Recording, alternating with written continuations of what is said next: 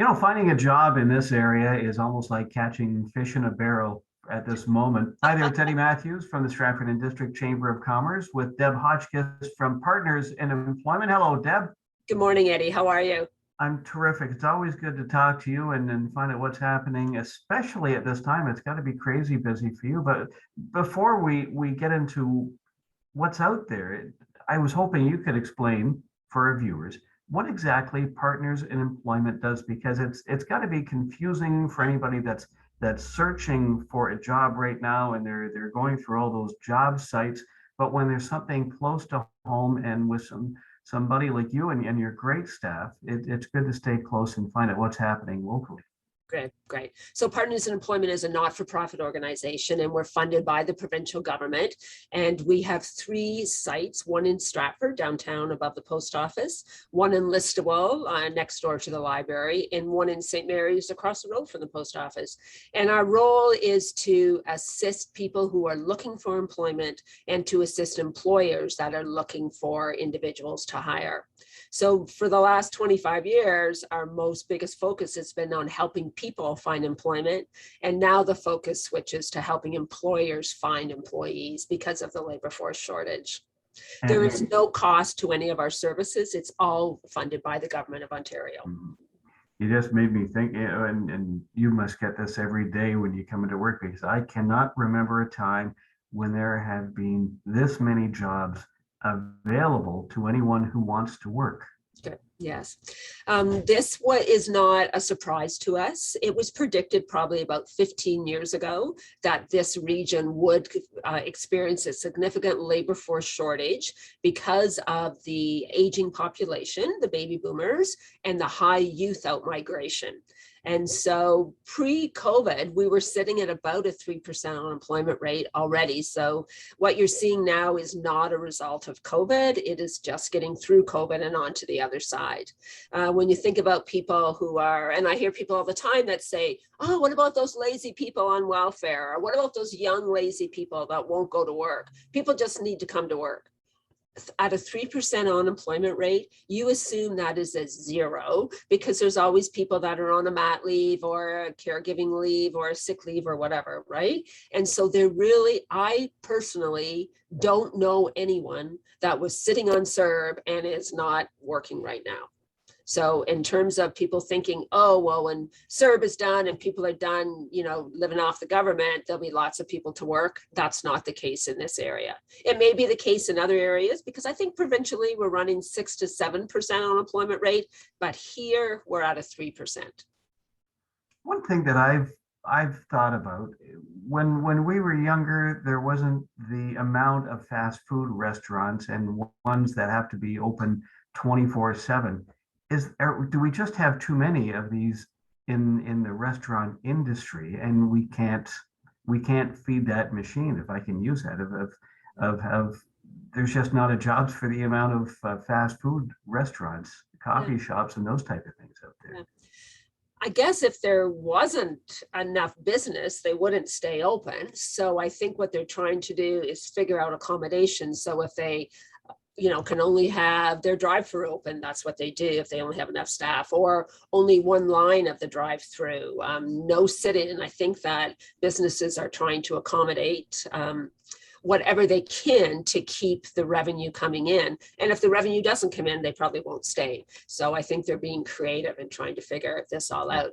But it's far beyond, like the need in the workforce is far beyond the retail and the fast foods. It is in manufacturing, it's in the healthcare system, it's everywhere. I don't know an employer that would probably tell me he was fully staffed today.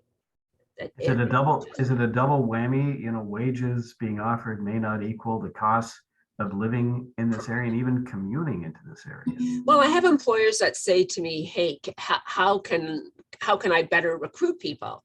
And so I tell them, well, it's, let them know what the wage is going to be 6 months in, not just the starting wage, because often once you have your probationary time in, there's an increase in financial and rewards. So let people know what the vacation schedule is. Let them know what the sick time eligibility is. Let them know what your flexibility is. The starting wage is important, but let them know what they're going to make 6 months down the road or 2 years down the road, because there is lots of competition out there.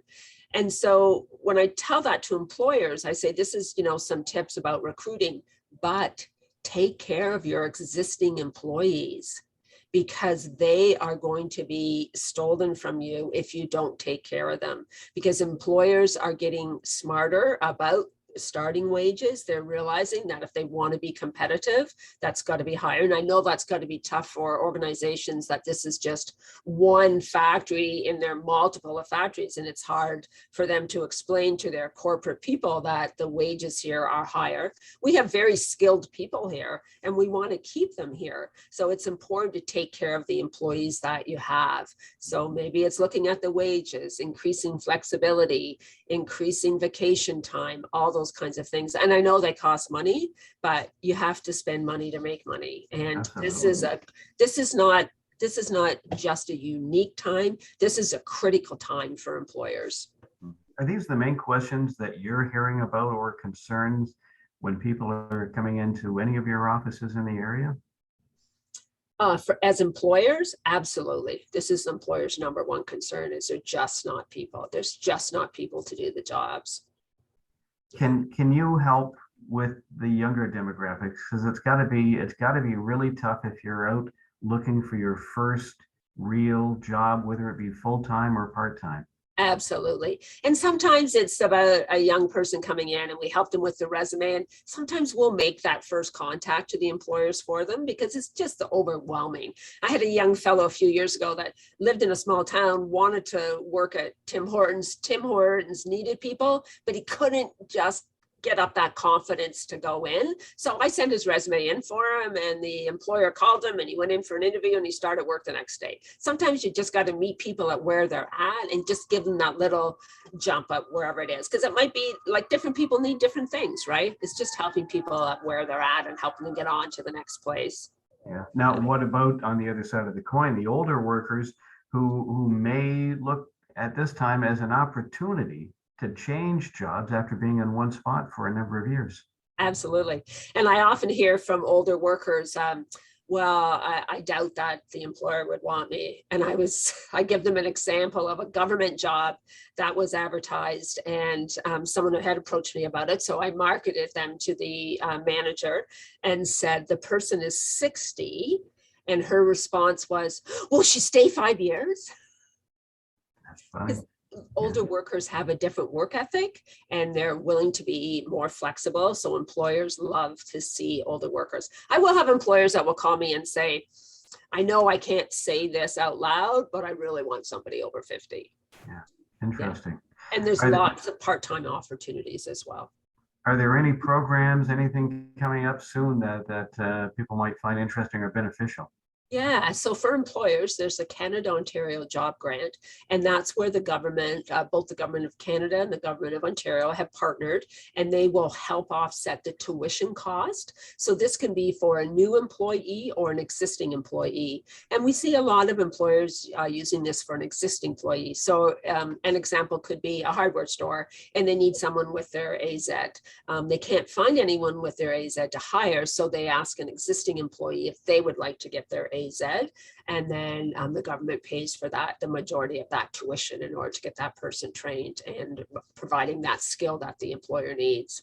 We do have some special programs for youth, and youth nowadays is up to age 29. It was not that year when I was 29, but you're still considered a youth, and that's to help the youth get back into the workforce. And we, in this past year, we have worked with over 20 youth that have been out of work, out of school, have went through that program and are working full-time now. So it is a really good program for young people. But we're not seeing a lot of young people that are unemployed either. The group that I think that there is some opportunity for are persons that are in receipt of ODSP, the Ontario Disability Support Program.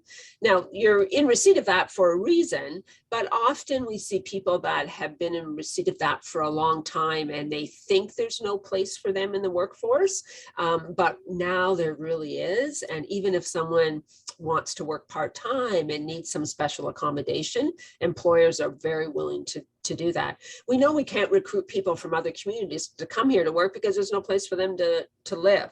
So people in ODSP are already living in this community, already have supports in place.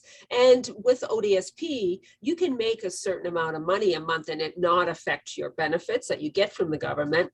But you also, if you make enough money, they'll give you $100 a month work-related benefit to help you get to work every month. So if you need to take a cab or a bus or that kind of thing. So, and there's lots of supports for that too. Lots of people in ODSP will say, oh, I can't afford to be off of ODSP because my medications are covered. ODSP will, even if you're off of the financial assistance completely, they will continue your medical benefits until your employer can give you better or equivalent or better benefits. So I think that's a secret that lots of people on ODSP don't know about or understand, but ODSP will help you with your benefits even when you're working full time until your employer can offer them to you. Great. Well, and tell you what, as we wrap it up here, how can people get a hold of you? Can they just go to the website and find out all the information? Absolutely, or through Facebook, or our offices are open by appointment, so just give us a call. Okay. Partners in Employment, Dr. Deb Hodgkiss, and the great staff at any of the locations in the area. Always good to see you, Deb. Stay healthy and happy, and I will talk to you soon. Okay, stay safe. I'm Eddie Matthews from the Stratford and District Chamber of Commerce.